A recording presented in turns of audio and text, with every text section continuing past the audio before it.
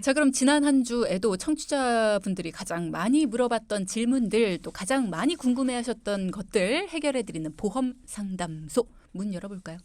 네, 내 보험 무엇이든 물어보소. 보험 상담소 오픈합니다. 보험 보소, 허이. 보험 보소, 허이. 보험 보소. 허이. 오. 네, 이번 주에는 발달 장애와 성조숙증에 대해서 이야기를 해보려고 합니다. 발달 장애와 성조숙증. 요즘 영유아들에게 많이 발생하는 질병으로 알고 있습니다. 네. 이와 관련해서 상담 요청하는 분들도 많으신가 봐요. 네, 걱정하시는 분도 많고요. 상담을 하다 보면 우리 아이의 발달 장애로 고민하는 부모님들이 정말 많이 계십니다. 그래서 발달 장애가 무엇인지 설명드리고 시작하려고 합니다. 물론 많은 분들이 알고 계시겠지만 정확하게 한 번 더 짚는다 생각하시면 좋을 것 같고요. 네. 발달 장애란 선천적으로 또는 발육 과정 중에 생긴 대뇌 손상으로 인해서요. 지능이 다른 아이들보다 조금 떨어지거나 운동 발달 장애가 혹은 언어, 시각, 청각 등 특수 감각 장애 기능이나 학습 장애가 발생한 상태를 말합니다. 네, 우리 아이가 말이 조금 느린가? 걱정하는 분들도 많은데요. 예를 들어 18개월이 되어도 말을 하려고 하기보다는 몸짓으로 의사표현을 더 많이 하려고 한다던가 2살이 됐는데도 두세 단어로 연결된 문장을 말하지 못하면 병원에서는 언어 발달을 의심하기도 합니다. 그렇죠. 네. 그러니까 단순히 또래보다 조금 느린가 싶은 게 아니라 정말 그 기준으로 되어 있는 것들, 18개월이 돼도 말을 하려고 하기보다 몸짓으로 표현한다거나 2살이 됐는데도 두세 단어로 연결된 문장을 말하지 못한다 하는 경우를 얘기한다고 하셨어요. 무엇보다도 문제는 최근에 이런 발달 지연 영유아가 점점 더 늘고 있다라는 점이고요. 특히나 다문화 가정의 영유아 10명 중에 4명은 건강검진을 비롯해서 이런 영유아 발달 검사를 제대로 받지 못한다. 이런 뉴스도 최근에 있었죠. 네, 참 안타까운 뉴스인데요. 저도 봤어요. 네. 이게 발달 장애가 의심될 땐 선별 검사를 하게 됩니다. 해당 연령의 정상 기대치보다 25% 정도가 뒤처져 있는 경우를 이제 우리는 발달 지연이라고 말하는데요. 그렇죠. 전반적인 발달 지연은 여러 가지 일상생활을 보고 판단을 하게 됩니다. 예를 들면 100일째 됐을 때 목을 가누지 못한다. 혹은 5개월이 됐는데 뒤집기를 못한다. 7개월에 혼자 앉아있지를 못한다. 9에서 10개월 때는 붙잡고 서지 못한다. 15개월 이상일 때에는 걸어야 하는데 걷지를 못한다 등등. 이런 경우 대운동 발달 장애가 의심되는 것으로 보여진다고 합니다. 네. 대운동 발달 장애에 이어 미세운동 발달 지연에 해당하는 사항도 있는데요. 3, 4개월 때 주먹을 꽉 잡고 펴지 못한다. 혹은 4, 5개월 때는 장난감을 움켜쥐지 못하거나 7개월 때 물건을 한 손에 쥐지 못한다 등 미세운동 발달 지연을 통해 발달 장애를 좀 의심해 볼 수 있습니다. 네. 얘기를 듣다 보니까 지금 우리가 경제 코너인지 내 몸 사용 설명서 코너인지 두 분의 의사 선생님 모시고 이야기를 나눠보는 것 같은. 근데 아무래도 요즘에 이렇게 자녀의 발달 장애 혹은 발달 조금 지연 뭐 이런 문제로 고민하시는 분들이 많다 보니까 보험을 준비하기 전에 사전 지식 차원에서 필요한 내용들이 좀 많습니다. 그래서 두 분이 또 정리를 해주신 거고요, 그렇죠? 네, 공부를 사실 저희가 좀 많이 했어요. 왜냐하면 고민하시는 분들도 굉장히 많고 이거를 알고 계시지만 넘어가거나 혹은 잘 모르는 경우들도 많기 때문에 이런 사전 지식이 조금 없이는 소중한 내 아이의 보험을 준비한다. 어떤 게 중요한지 정확하게 알 수 없을 수 있습니다. 그래서 네, 자세한 설명을 드리면 도움이 많이 되실 거라 생각을 하는데요. 아직도 아이 보험을 금액에 맞춰서 가입하는 분들이 아직도 정말 많으세요. 근데 그건 아이가 건강했을 때라고 생각하시면 됩니다. 건강한 아이들은 사실 정말 실손 하나만 잘 드러나도 큰 도움 됩니다. 하지만 앞서 말씀드린 운동장애나 운동 발달이나 언어 발달 문제가 있는 아이들은 다릅니다. 특히 언어 발달은 지능과 굉장히 밀접한 관계가 있는데요. 언어 발달도 개인차가 정말 많아서요. 아이가 단순히 늦게 발달을 하는 건지 아니면 어떤 질환 때문에 그런 건지 보호자가 쉽게 판단하지 못하는 경우가 많고요. 그럴 때는 전문가의 도움 정말 많이 필요합니다. 맞아요. 여러 검사를 통해서 정확하게 판단해야 합니다. 네, 또 사회심리 발달이라는 게 있어요. 예를 들면 3개월 때 주의 자극에 반응해서 웃지 않아요. 미소 짓지 않는다라고 하죠. 6에서 8개월 때 유쾌한 분위기에도 불구하고 아이가 웃지 않아요. 아기는 웃는 게 정말 중요합니다. 그리고 3살에서 5살에는 다른 아이들과 잘 어울려야 하는데요. 잘 어울리지 않을 경우에도 발달장애 가운데 사회심리 발달을 의심할 수 있어요. 무엇보다 이런 발달장애의 원인도 다양한데 염색체 이상, 즉 선천적인 대뇌 발달에 이상이 있거나 네. 아이가 미숙하거나 출생 후에 발생하는 각종 대사 이상, 감염, 출혈, 저산소증 등을 생물학적 요인으로 볼 수 있고요. 운동 발달 장애 중 가장 눈여겨봐야 하는 원인은 뇌성마비예요. 출생 후에 어느 정도 시간이 지난 후 발견돼서 부모님의 관심이 매우 중요하고요. 네.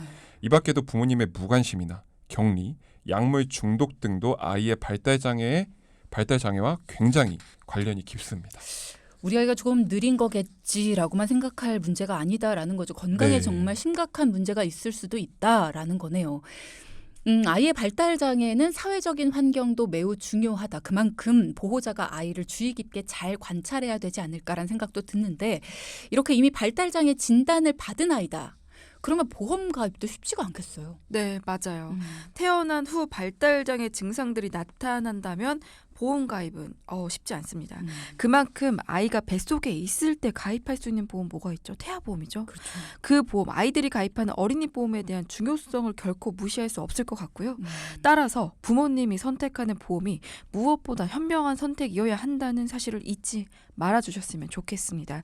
방송을 들으시는 많은 분들이 좋은 보험을 가입하고 싶으실 거예요. 또 제가 가입한 아이 보험이 좋은 보험인지 알고 싶습니다. 라는 질문들을 정말 많이 듣습니다.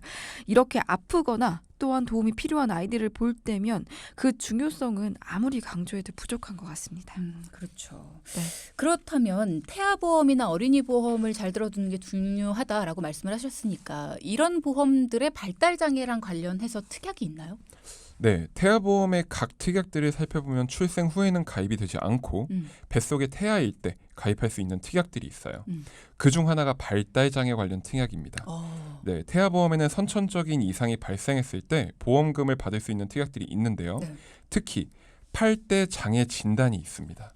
네, 여기서 8대 장애는 시각, 청각, 언어, 지체, 뇌병변, 정신, 지적, 자폐를 말합니다. 그리고 이 부분은 혹시나 출산 후에 아이가 장애 진단을 받게 되면 보험금 500만 원부터 받으실 수 있고요. 보험료는 1,400원 정도에서 굉장히 저렴하지만 아주 중요한 담보입니다. 또한 출생 후에는 가입이 어려운 담보 중 하나예요. 그렇군요. 네. 8대 장애 진단이라는 거 보험료 그러니까 내는 돈은 저렴하지만 받을 수 있는 돈은 꽤 있다. 그러니까 아이의 치료나 앞으로의 어떤 나아지기 위한 우리 앞으로의 활동을 위해서는 네. 굉장히 필요한 담보겠네요. 발달 장애의 경우 처음 초진에는 의사가 진료를 하지만 그 이후에는 여러 가지 치료 방법이 있잖아요. 뭐 놀이 치료나 미술 치료, 음악 치료 뭐 이런 거. 그렇죠. 그만큼 굉장히 중요한 치료고 다양한 방법이 있어요. 이런 치료들도 보험금 지급이 되는지가 중요할 것 같아요. 네, 이게 분쟁도 많아요. 근데 아. 중요한 건 첫 번째 의료기관에서 보장이 돼요. 그러니까 의료시설, 그러니까 병원에서 우리 치료 받아야 돼요. 그러니까 치료 목적이 아니라면 보장되지 않고요. 네. 치료 목적이라는 의사이라는 건 의사 자격증을 가진 자가 진단을 내린 후 치료를 결정해야 되고 그 치료에는 또한 급여 치료 혹은 비급여 치료가 나눠져 있죠. 예, 급여는 실손에서도 보장이 되고 비급여는 나이에 따라 상황에 따라 보장이 어려울 수 있으니까 나에게 맞는 상황이 어떤 건지 그리고 내가 갖고 있는 보험이 어떤 보험인지 정확히 알 필요가 있습니다.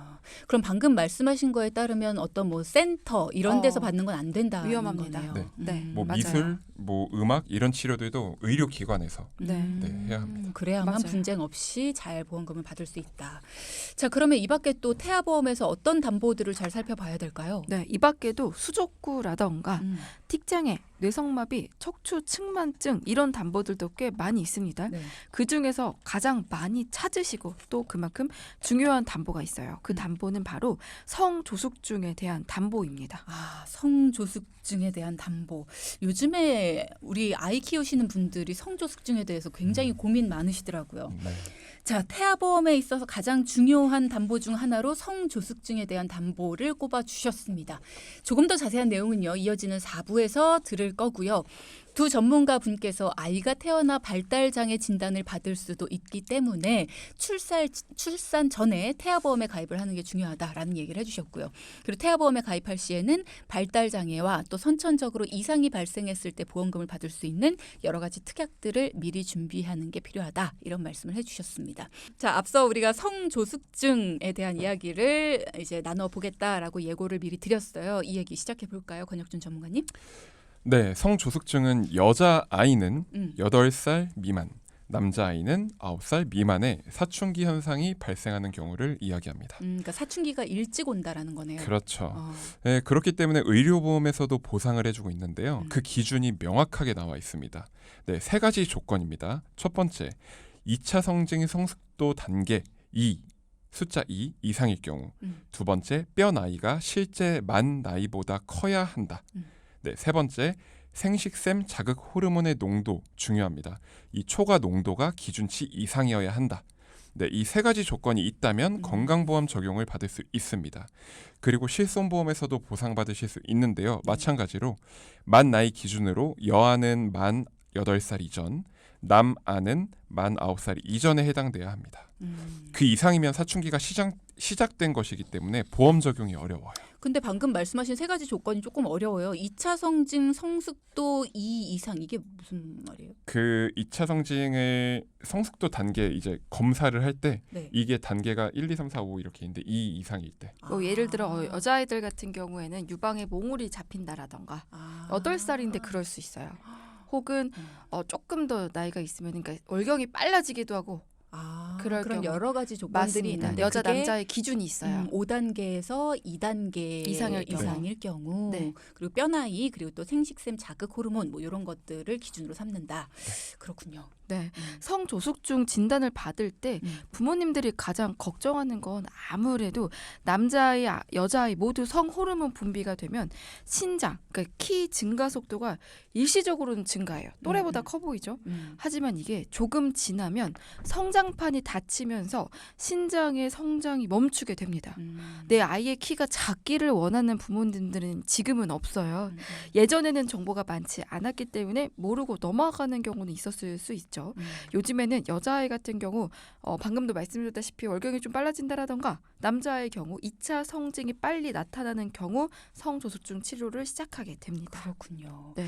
성조숙증으로 제대로 치료를 받지 못하면 정말 아이들 성장에 방해가 될 수도 있겠다는 생각이 드는데 그럼 무엇보다도 성조숙증 남자 아이들보다 여자 아이들에게 더 많이 발생한다고 하셨어요. 네, 맞습니다. 말씀하신 대로 남자아이보다는 여자아이들에게 더욱 흔하게 발생해서 부모님들의 관심이 필요합니다. 사실 남자아이들 경우에 심각한 원인을 가지는 경우도 많이 있어요. 네. 남자아이들의 경우 매년 5에서 7cm 일정하게 자랍니다. 하지만 더 빠르게 자란다면 의심을 해봐야 하고요. 성조숙증으로 성인병 노출되는 위험도 있습니다. 그리고 남자아이들이 더 큰 피해를 입는 경우 중 가장 대표적인 건 작은 신장, 키와 신체 성장은 다른 아이들보다 급격하게 빠른데 반해 네. 정신 연령은 어리다면 심리적 불안을 쉽게 나타낼 수 있어서 사회 적응에 힘들어하는 결과를 낳기도 합니다. 그럴 수도 있겠죠. 네, 맞아요. 네, 그리고 무엇보다 보험 혜택을 제대로 받기 위해선 성조숙증 담보를 5살 이전에 가입을 하셔야지만 보장을 받으실 수 있습니다. 앞서 말씀드린 것처럼 성조숙증은 뼈 나이 검사를 하는데요.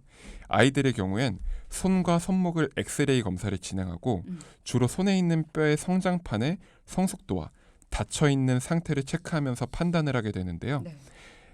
이 아이들이 성장할수록 성장판이 점차 닫히고 뼈는 단단해지는데 이 정도를 평균 연령대와 비교해서 뼈 나이를 알 수 있게 돼요.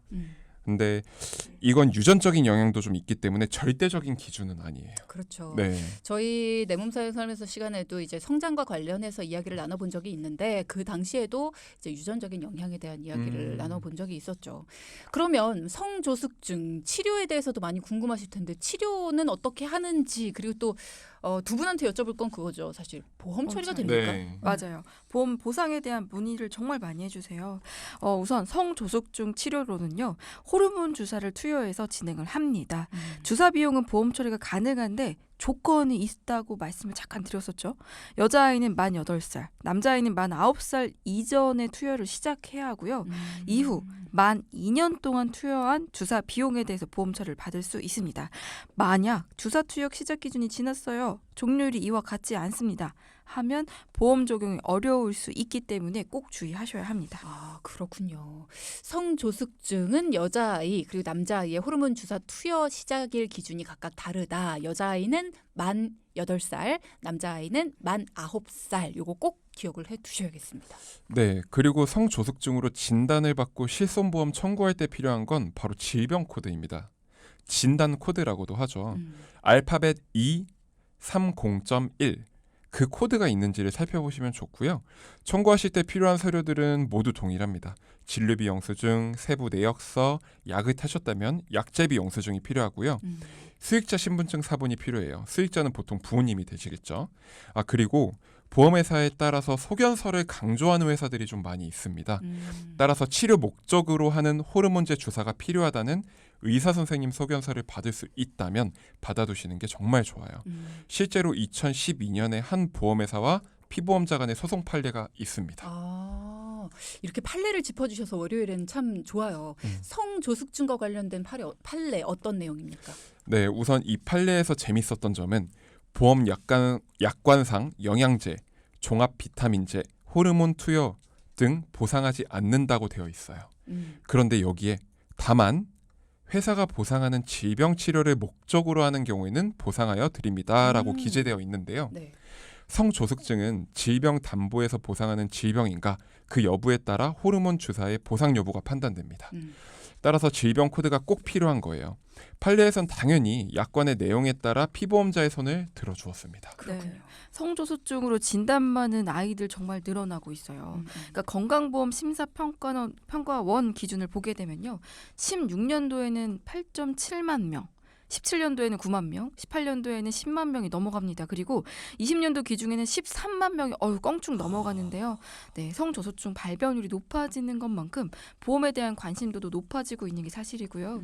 성조숙증으로 진단받았을 때 진단비가 나오나요? 실손 처리가 가능한가요? 이렇게 많이 물어보세요. 보험 나이로 5세 이전에 가입한 진단금인 경우 진단금 보상 가능합니다. 다시 한번 말씀드리지만 여자아이는 만 8살, 남자아이는 만 9살 이전에 치료를 시작하면 모두 보장받을 수 있습니다. 자, 오늘은 발달 장애 그리고 성조숙증 또 보장을 받을 수 있는 부분들까지도 꼼꼼하게 체크를 해주셨습니다. 진단비로도 받을 수 있다라는 부분 그리고 또 실손보험에서도 받을 수 있다라는 것까지 짚어주셨고요. 우리 아이의 건강한 성장에 발목을 잡을 수 있는 질병들이죠. 그렇기 때문에 건강 걱정하시는 부모님들 참 많으시고요. 오늘 방송이 그런 분들에게 좀 도움이 많이 되셨기를 바라고 자 포인트 한번 짚어볼까요? 자 첫째 발달 장애 등 선천적인 질병으로 두려움에 떨지 말고 출산 전 제대로 태아보험을 가입하자. 둘째 성조숙증은 여자아이는 만 8살 이하, 남자아이는 만 9살 이전에 치료를 시작해야 보장받을 수 있습니다. 네, 이 부분 계속 강조를 해주셨던 내용이죠. 두 가지 포인트 짚어주셨고요. 지금까지 내 돈 내키 권혁순 전문가 김소미 전문가 두 분과 함께했고요. 자, 두 분 조심히 가세요. 안녕.